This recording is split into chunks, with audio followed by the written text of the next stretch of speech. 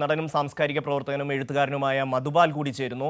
ശ്രീ മധുപാൽ, ഈ ഒരു സാഹചര്യത്തിൽ രഞ്ജിനിയെ പോലെ ഒരു നടി തൻ്റെ സ്വകാര്യതയെ ബാധിക്കുന്നു എന്ന ഒരു കൺസേൺ എടുത്തുകൊണ്ട് ഹൈക്കോടതിയെ സമീപിക്കുകയാണ്.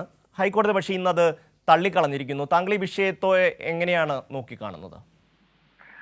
കോടതിയുടെ പരിഗണനയിലേക്ക് വരുമ്പോൾ ഒന്നാമതൊരു കമ്മിറ്റി തീരുമാനമെടുത്തിട്ടുള്ള ഗവൺമെന്റിലേക്ക് അപ്രൂവ് ചെയ്തിട്ടുള്ള ഗവൺമെന്റിലേക്ക് നൽകിയിട്ടുള്ള ഒരു കമ്മിറ്റി റിപ്പോർട്ടുണ്ട്. ആ റിപ്പോർട്ട് പുറത്തു വരണം എന്നുള്ളത് സ്വാഭാവികമായിട്ടും എല്ലാവരും ആഗ്രഹിക്കുന്നതും അവരത് എന്താണ് അതിനകത്തുള്ളതെന്ന് അറിയാൻ പിന്നെ പൊതുസമൂഹത്തിന് അതിനുള്ള റൈറ്റും ഉണ്ടെന്നുള്ളതാണ് സത്യത്തില്.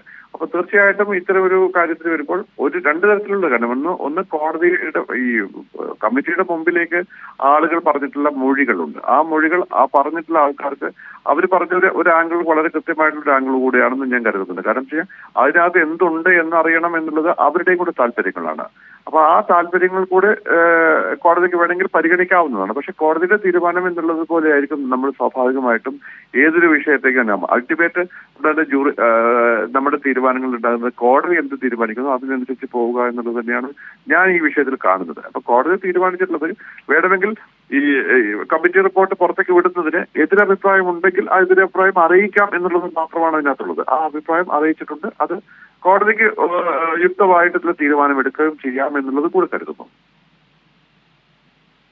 ശ്രീ മധുപാൽ, സർക്കാർ ഈ കാര്യത്തെ സംബന്ധിച്ച് ഒരു വ്യക്തത നേരത്തെ വരുത്തിയിരുന്നു. അതായത് ആരുടെയും സ്വകാര്യതയെ ബാധിക്കുന്ന കാര്യങ്ങളൊന്നും തന്നെ പുറത്തു വിടില്ല എന്നൊരു കാര്യം സർക്കാർ നേരത്തെ തന്നെ വ്യക്തമാക്കിയിട്ടുണ്ട്. അതായത് സിനിമാ മേഖലയുടെ പൊതുവായിട്ടുള്ള ഉന്നതിക്ക് വേണ്ടി അല്ലെങ്കിൽ അതിൻ്റെ ഒരു മെച്ചപ്പെടുത്തലിന് വേണ്ടിയുള്ള കാര്യങ്ങൾ മാത്രമായിരിക്കും ഈ കമ്മീഷൻ റിപ്പോർട്ടുമായി ബന്ധപ്പെട്ട് പൊതുസമൂഹത്തിന് നൽകുക എന്നുള്ളത് സർക്കാർ നേരത്തെ വ്യക്തമാക്കിയിരുന്നു.